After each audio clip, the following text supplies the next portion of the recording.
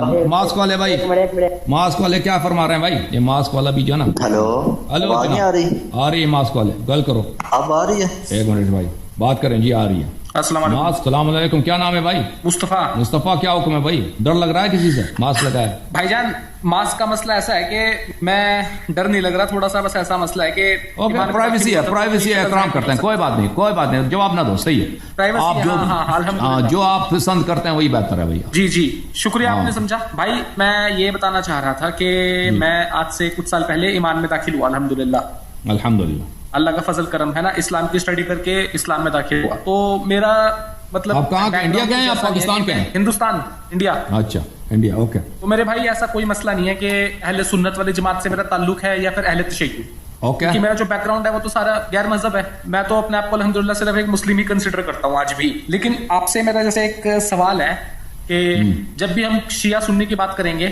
تو اکثر جو سنی ہے وہ بخاری کی طرف جائیں گے اور شیعہ اصول الکافی کی طرف آئیں گے، ہے نا۔ لیکن ہم دونوں کی مطلب، ہم تو نہیں، میں تو مسلمان ہی ہوں، جو بھی اہل تشیع اہل سنت کے لوگ ہیں ان کی ایک بنیادی کتاب صرف اور صرف قرآن ہے۔ مانتے ہیں آپ اس بات کو؟ نہیں، بنیادی صرف قرآن نہیں ہے، قرآن کے علاوہ بھی بنیادی کتابیں اور بھی ہیں۔ نہیں، قرآن کے علاوہ اور تو ہیں، آپ کی بات میں مان رہا، لیکن قرآن سے اوپر تو کوئی کتاب نہیں ہے۔ قرآن سے اوپر نہیں ہے، جی بات آپ کی صحیح ہے، بالکل الحمدللہ۔ تو میرے بھائی قرآن میں سورہ حدید میں، میں پہلے آپ کو ایک بات کلیئر کر دیتا ہوں کہ میں یہاں پہ اہل سنت والوں کو ڈیفینڈ کرنے نہیں آیا، حضرت ابوبکر عمر کو، ٹھیک ہے، کیونکہ سب کے اعمال اپنے ساتھ ہیں، یہ صرف سوال ہے میرے آپ سے۔ سورہ الحدید میں یہ لکھا ہے صاف صاف کہ جو لوگ بدر کی جنگ میں تھے اللہ تبارک تعالیٰ ان سے راضی ہے، جنہوں نے اپنا مال اور اپنی فزیکل مطلب اپنا جو باڈی ہے وہ جہاد نمبر میں تو بتاؤ لگایا نا، ہے۔ آیا نمبر تو بتاؤ نا بھائی۔ آیت نمبر بھائی میں ذہن میں یاد نہیں رہی میرے کو۔ آیت نمبر ہوگی یہ سورہ حدید ہے، لیکن آپ اس میں چیک کریں تو بدر میں تو حضرت ابوبکر حضرت عمر بھی تھے۔ آپ سمجھ رہے ہیں بات؟ میں سمجھ رہا ہوں آپ کی بات، سمجھ رہا ہوں، میں ڈھونڈ رہا ہوں کہ آیت کس آیت کی بات کر رہے ہیں آپ بھائی۔ میں آیت نمبر آپ کو یار میں نے نوٹ کر لینا چاہیے، تم واپس آ جانا، آیت نمبر لے کے آ جانا بھائی۔ ارے نہیں، یہ ہے، میں آپ کو بول رہا ہوں، میں اپنی طرف سے نہیں بول رہا، کہ جو بدر میں جنہوں نے صحاباؤں نے جنگ کری ہے ان کا مقام مرتبہ بہت زیادہ ہے جنہوں نے بدر کے بعد ایمان لایا، چاہے وہ فتح مکہ میں ایمان لائے صحابی کچھ، یا بعد میں لائے، مکے میں لائے، مدینے میں لائے۔ تم بھائی تم آیا نمبر لے کے آؤ نا، میں اس طرح مجھے نہیں معلوم کہ آپ کس آیت کی بات کر رہے ہیں نا۔ آیا پڑھو، تلاوت کرو، آیا نمبر بتاؤ، تاکہ بھائی آپ کہتے ہیں کہ آیا میں فلاں لکھا ہے نا، تو آیا الفاظ دیکھیں گے، وہ الفاظ آپ کے الفاظ سے ملتے ہیں، آیا میں کچھ اور لکھا ہے، وہ تبھی پتہ چلے گا نا جب آپ آیا نمبر لے کے آئیں۔ Okay, thank you. کوئی بات نہیں، میرا ایک اور سوال بھی ہے۔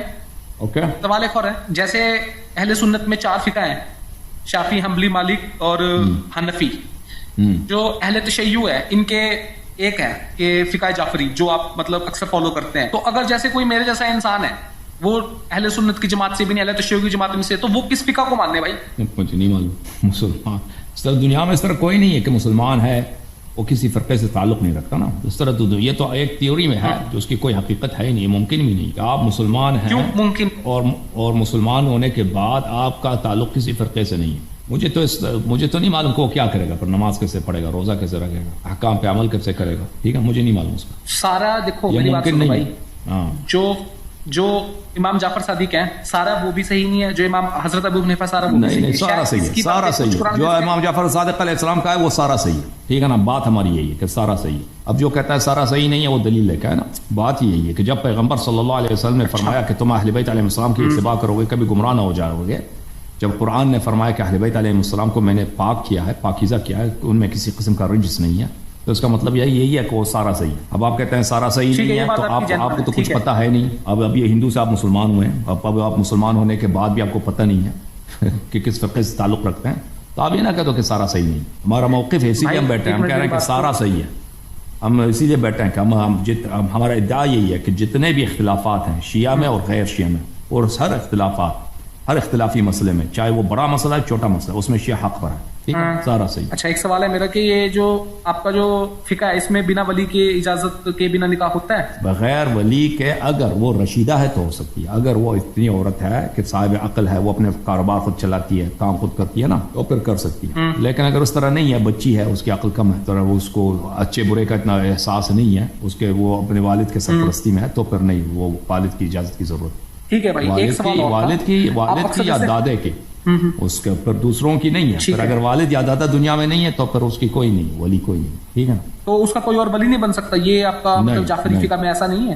نہیں, پھر اس کا کوئی ولی نہیں. اگر اس کا والد زندہ نہیں ہے, دادا یا پردادا زندہ نہیں ہے, تو پھر اس کا کوئی ولی نہیں.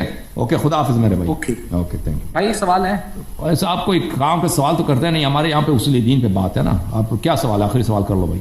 ایک سوال یہ بھی ہے میرا, جیسے حضرت ابو بکر اور حضرت عمر ہیں جو آپ اکثر ان کو بولتے ہیں کہ وہ نبی کی سنت کے باہر تھے, ہدایت پہ نہیں تھے, جو بھی تھا, ان کا جو آپ کے اکارڈنگ انہوں نے خلافت حضرت علی کی لی تھی, ہے نا؟ جی ہاں, حضرت علی کا جو حق تھا خلافت, آپ یہی کہتے ہیں؟ کوئی تعجب ہے بھائی دنیا میں اگر پاور اسٹرگل ہو, دنیا میں پاور اسٹرگل ہو, یہ کوئی تعجب ہے اس میں؟ ایک شخص صاحب جو لیڈر ہے وہ دنیا سے چلا جاتا ہے, اس کے بعد پاور اسٹرگل ہوتی ہے, تو ناجائز لوگ پاور پہ قبضہ کریں, یہ دنیا میں کم ہوا ہے کیا؟ ایک میری بات تو سنو آپ, اگر حضرت ابو بکر نے حضرت علی کی خلافت جو تھی مطلب وہ لی ہے, اگر ان کا حق مارا ہے, تو اس وجہ سے وہ کافر تھوڑی ہوئیں گے؟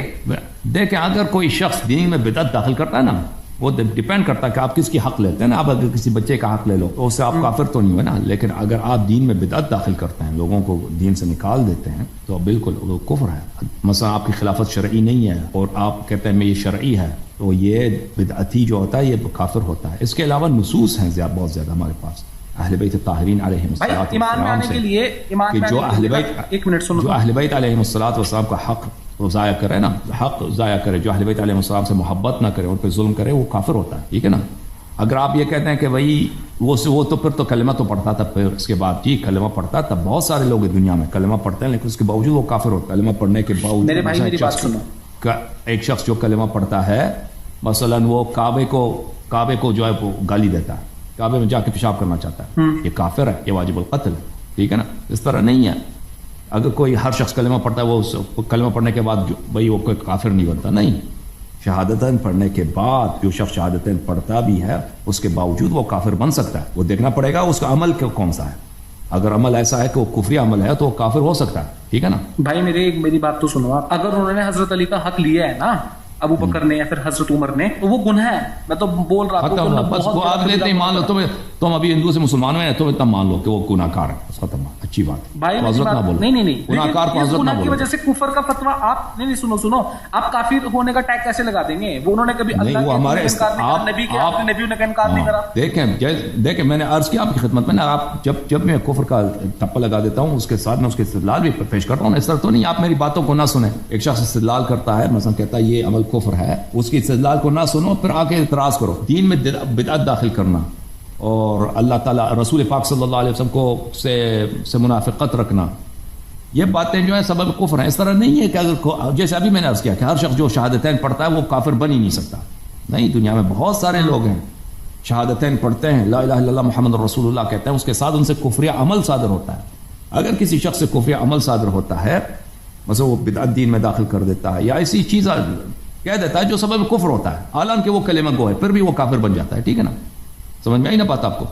اسی میں سے ایک یہی ہے کہ اہل بیت علیہ الصلوۃ والسلام پہ ظلم کرنا, رسول اللہ صلی اللہ علیہ وسلم پہ ظلم کرنا, یہ سبب کفر ہوتا ہے. اوکے, یہ بھائی آپ کے اکارڈنگ ہے کہ قرآن حدیث کے اکارڈنگ ہے؟ یہ بھائی اس کے دلائل میں دیکھیں نا کہ ابھی اب پچھلے ہفتے جو میری اسپیچ ہے نا, اس میں آپ دیکھ لیں قرآن مجید میں اللہ تعالیٰ نے فرمایا بسم اللہ الرحمن الرحیم ام لهم شرکاء شرعوا لهم من الدین ما لم یأذن به اللہ ومن لم يحكم بما انزل اللہ فاولئک هم الکافرون. جو اللہ کے فیصلے کے مطابق, اللہ کے قرآن کے مطابق فیصلہ نہیں سناتا وہ کافر ہے. اس طرح کی آیات بہت زیادہ ہیں. تو ابو بکر کو عمر کی حکومت ما انزل اللہ کے موافق نہیں تھا, تو اس لیے کافر ہیں. ختم بات. بھائی یہ تو آپ اپنی طرف سے بھائی آپ کفر کو چھوڑ دو. ابھی آپ بہت نیچے درجے پر ہیں نا, آپ کہتے کافر کو چھوڑ دیں. اتنا ہی آپ مان لو کہ ان کی خلافت باطل ہے. خلافت باطل ہے. اب وہ مسلمان بھی ہے نا, دنیا میں بہت سارے مسلمان ہیں گناہ کار, ان کی خلافت نہیں ہے, خلیفہ نہیں. آپ مان لو کہ ابھی وہ ان کی خلافت باطل ہے. جب یہ بات سمجھ آئی نا, تو پھر میری تقاریر کو آپ اچھی طرح سے سن لو. وہاں پہ میں نے کافی دیر سے استدلال کیا. اگر جہاں پہ میں ہمیشہ استدلال بات پہ تو نہیں کہتا کہ یہ بات سبب کفر ہے. جو بات سبب کفر ہے وہ میں بیان کر دیتا ہوں کہ یہ سبب کفر ہے. ان میں سے ایک سبب کفر یہی ہے امامت کا ادعا. اس پہ میری بہت ساری باتیں کہ رسول اللہ صلی اللہ علیہ وسلم نے کیسے کہا کہ میرے پاس جو امام آئیں گے وہ کافر ہوں گے, اور وہ تقریرات سن لیں, آپ کو بات سمجھ آئے گی میرے بھائی. ٹھیک ہے نا. اوکے. اور ہندو صاحب حضرت علی نے بھائی بیعت کری تھی حضرت ابو بکر کی؟ نہیں کی تھی. آپ ابھی آپ جو ہے وقت ضائع کر رہے ہیں. یہ باتیں ان باتوں کا میں نے بہت جواب دیا. آپ پلیز میری باتوں کو آپ اچھی طرح سے سن لیں, جن باتوں کا میں نے لیکچر دیا ان کو سن لیں. حسن بھائی لیکن آپ صرف اگر ایسا کریں گے کہ دوسری مطلب اہل سنت کی جو کتابیں ان کی آپ کوئی دلیل اگر مانیں گے ہی نہیں تو پھر وہ آپ کی بات کیوں مانیں؟ جب آپ ان کی کتاب ہی نہیں مان رہے تو آپ اگر ان کی بات صحیح ہے تو مانیں گے. بھائی بات یہی, اگر ان کی بات صحیح ہے ہم مانیں گے, ٹھیک ہے نا. اگر ان کی بات غلط ہے نہیں مانیں گے. اس میں ہے کہ حضرت علی نے بیعت کری تھی, وہ کیوں نہیں مانیں گے آپ؟ بالکل صاف حدیث ہے. بات یہی ہے نا کہ اب ان کی بیعت کی جو ہے نا وہ بخاری میں آپ دیکھیں حدیث میں ان کی موجود ہے کہ کس طرح انہوں نے بیعت کی تھی. بیعت کی تھی انہوں نے, بیعت 6 مہینے تک, بخاری میں جو حدیث ہے ان کی بیعت کی 6 مہینے تک انہوں نے بیعت نہیں کی تھی, پھر بیعت کیا تھا انہوں نے مجبوری کے تحت. وہ تو بخاری کی حدیث ہے, عائشہ کی حدیث ہے. ایک سوال اور تھا بھائی, اگر پتہ نہیں ان کو لنک ان کو کیوں آپ لوگ دیتے ہو میرے بھائی, یہ ہمارے آپریٹر صاحب. چلو کوئی بات نہیں بھائی, آپ انٹرسٹڈ نہیں کیونکہ اب جب آپ تو آپ پہلے تحقیق کرو نا, ہماری تقریرات کو سن لو, کچھ پتہ ہی نہیں ایسے آ گئے. اوکے بھائی تحقیقات ہے, آپ جواب نہیں دے رہے اس لیے شاید آپ جو ہے نا آپ پہلے ہماری باتوں کو سن لو اچھی طرح سے, ہماری تقریرات کو سن لو کہ جہاں پہ میں نے کفر کا ٹپا لگایا وہ کیوں لگایا. مثلا یہ قرآن کی آیت میں اب ومن لم يحكم بما انزل الله فاولئك هم الكافرون, یہ قرآن کی آیت ہے. جو اللہ کے فیصلے کے مطابق وہ فیصلہ نہیں سناتا وہ کافر ہوتا ہے, وہ کافر ہوتا ہے. یعنی جو بھی آپ دین چلا گیا کاٹ کے. ومن اظلم ممن افترى على الله كذبا او كذب بآياته, جو شخص اللہ تعالیٰ پہ افترا کرتا ہے وہ کاذب ہوتا ہے. ایک شخص آ کے کہتا ہے کہ مثلا رسول اللہ صلی اللہ علیہ وسلم پہ افترا بنتا ہے کہ میں اس کا خلیفہ ہوں, میں اس کا جانشین ہوں, میری امامت آپ پہ واجب ہے. جو شرعی خلیفہ ہے اس کے اتباع نہیں کرتا, اس کو گھر بٹھا دیتا ہے, اس کو خاموش کرا لیتا ہے. تو واضح بات ہے کہ یہ ومن لم يحكم بما انزل الله فاولئك هم الكافرون ومن اظلم ممن افترى على الله كذبا او كذب بآياته, یہ آیت اس پہ لاگو ہوتا ہے.